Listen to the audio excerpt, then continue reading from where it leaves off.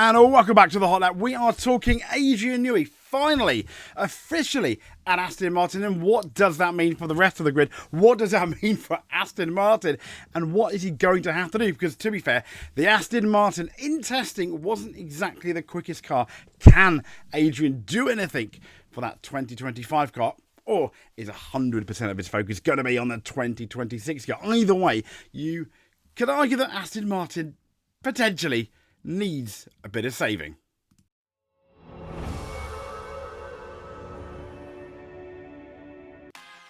And welcome. So you just called me. I thought I timed it right with the drink bottle. Clearly not.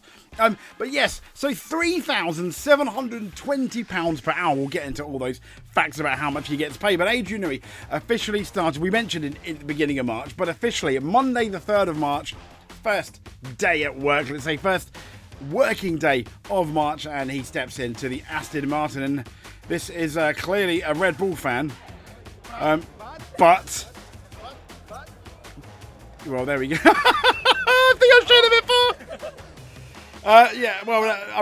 Clearly from that to that. Clearly no longer a Red Bull fan. How many people are doing that? I wonder. I obviously, it's in jest, but still.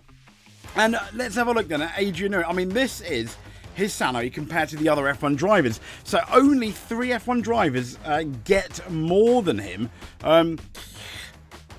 We don't know. These are all speculated salaries because 30 million has been mentioned for Adrian. But anyway, Verstappen on 52 million, Hamilton 48 million, Leclerc 27 million.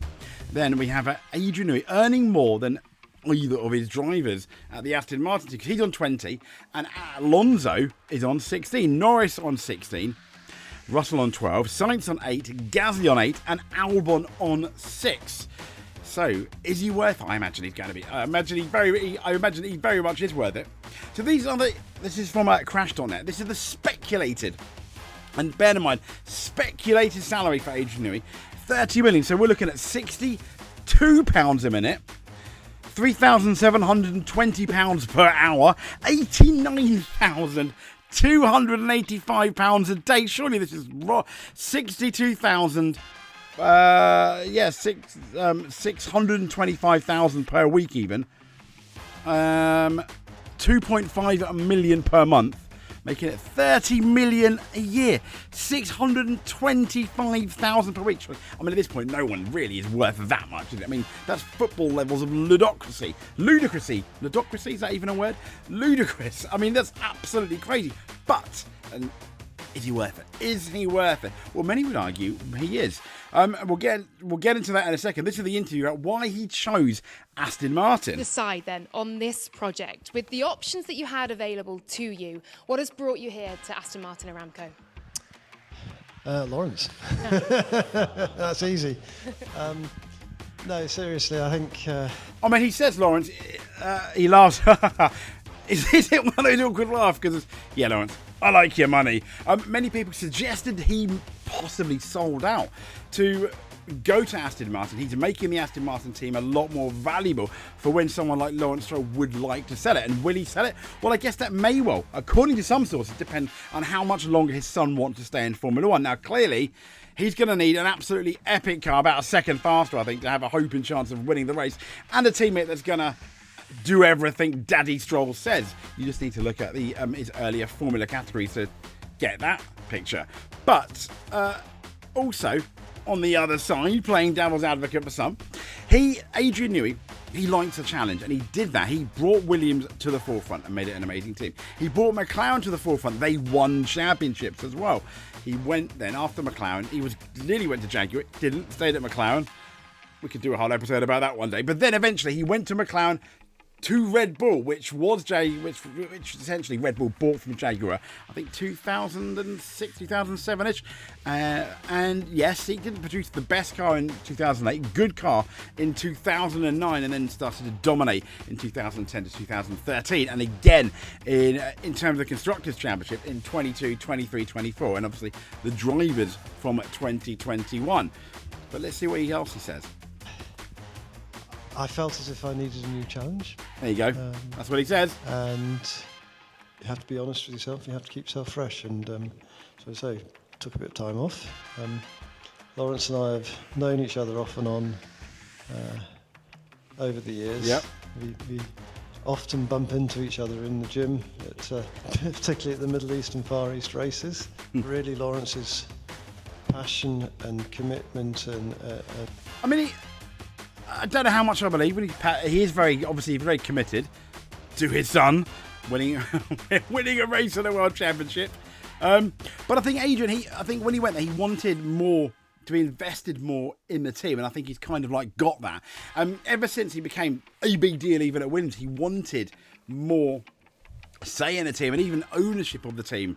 And I think he has got the deal that he wants at Aston Martin, and it's now in his best interest to do well, to make the best car he can at Aston Martin, which I'm absolutely sure he will. There's even rumours that he's asked for a bed in his office so he can sleep, and let's continue on what could be a very exciting 2026 Aston Martin car. Now, the one caveat to that Aston Martin car is going to be the engine, because everyone's suggesting that Mercedes engine is ahead of everyone else, and the Mercedes are going to be, potentially 2014. I really hope we don't get 2014 again, but also that Mercedes is going to be in the Williams as well as the McLaren in terms of upcoming cars, and possibly I think the Alpine as well, which don't get me started on that, that's just weird. But enthusiasm is very endearing, it's very persuasive. Then Lawrence is actually unique in being the only properly active team owner, and I think that does bring it. It's a different feeling. It's interesting to know they're properly active team owner, because obviously a lot of the other guys don't own the team. Well, to be fair, Toto Wolff does own part of the Mercedes team, not all of it though. And I kind of understand where he's coming from, but it's just talky talk, isn't it? When you have somebody like Lawrence involved like that, it's back to the old school model, and to have the chance to be a shareholder and a partner is something that has never really hasn't been offered to me before. So it's a slightly different slant. It's one I'm very much looking forward to. It became very natural choice. There you go. A natural choice for Adrian Newey, no doubt. Now, what's interesting, these are his really successful cars. Williams, we've touched upon it, 91 to 97, 5 constructors, 4 drivers. McLaren, 98 to 2006, so 1 constructors and 2 drivers. Probably should have been a bit more. It was really down to the Mercedes unreliability than Adrian Newey's ability at making a decent car. And then Red Bull from 2007 to 2024, the longest stint he stayed at a team. 6 constructors and 8 drivers champions. So arguably, he's better, that he's more of a record breaker than Lewis Hamilton, or probably, or any other driver will be in the future, maybe. Hardcore. So this is the article on planetf1.com. Adrian Newey to-do list. The 5 most important Aston Martin tasks. So Aston Martin's potential ticket to the top arrives today.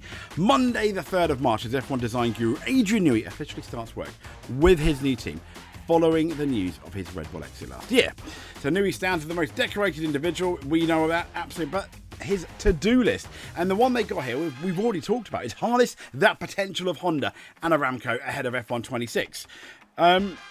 And your new employees create a new role specifically for you. That's essentially what Aston Martin have done.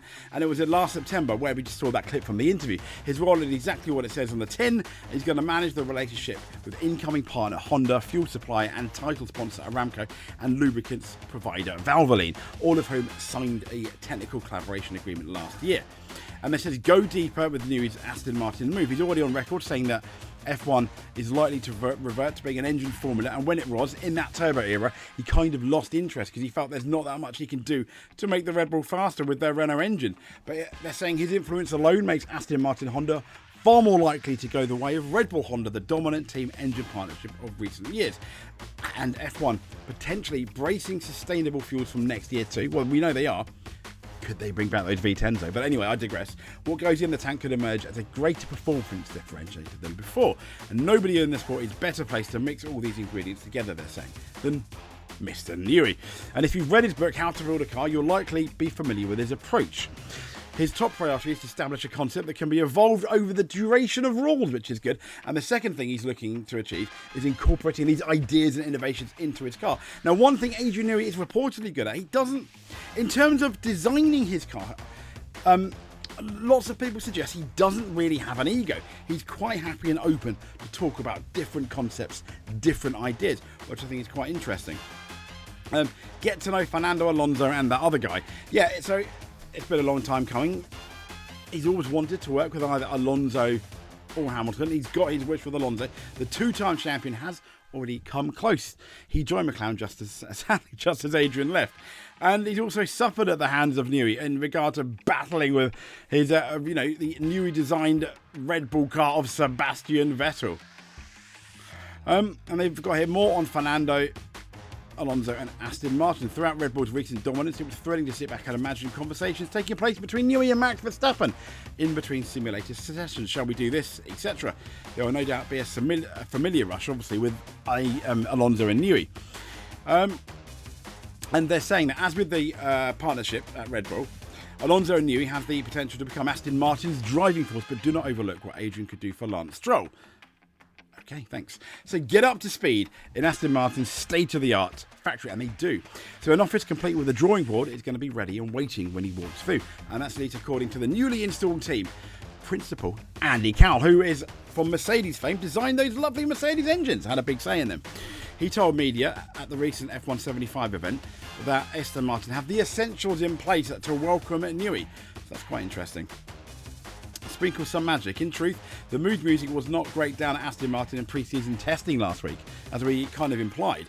Speaking to the media, including Planet F1, in Bahrain, Alonso admitted that Aston Martin will need to execute perfecto weekends in order to score points early on. Now, with such an exciting future on the horizon, it's expected that the present and also seems to be Audi Sauber team's limp end to their current rule cycle could potentially suffer slightly, because Adrian is going to be naturally focused on 2026.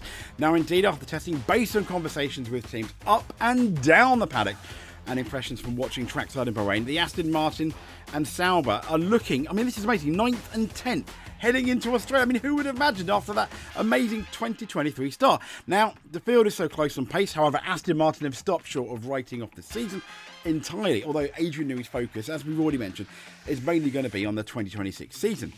But his arrival comes less than 2 weeks before the opening race, and potentially there could be updates for the Aston Martin where Newey, 4 or 5 months down the road, it could have a significant impact.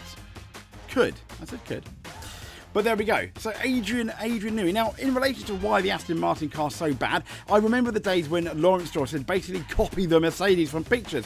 And the team were like, what? To be fair, they did make, it was labelled the pink Mercedes or Tracing Point. And it ended up doing well, albeit it didn't really say much for the design team, did it, if they've got to absolutely copy one. 2023, they made a fantastic car, and then they just started to go backwards, and they've been going backwards seemingly ever since, up until pre-season testing where it was confirmed they were still going backwards. So Adrian Newey, I think, is massive coup for Aston Martin, and I'm sure he's going to make a difference. But will he be the difference maker come the end of the day? Only time is going to tell. Subscribe if you're not subscribed, but if you made it to the end, that is absolutely amazing. All we ask is for you to click on this video. If you want to do a bit more, hit that like button. But until then, thank you very much. Speak to you soon, and above all else, stay safe.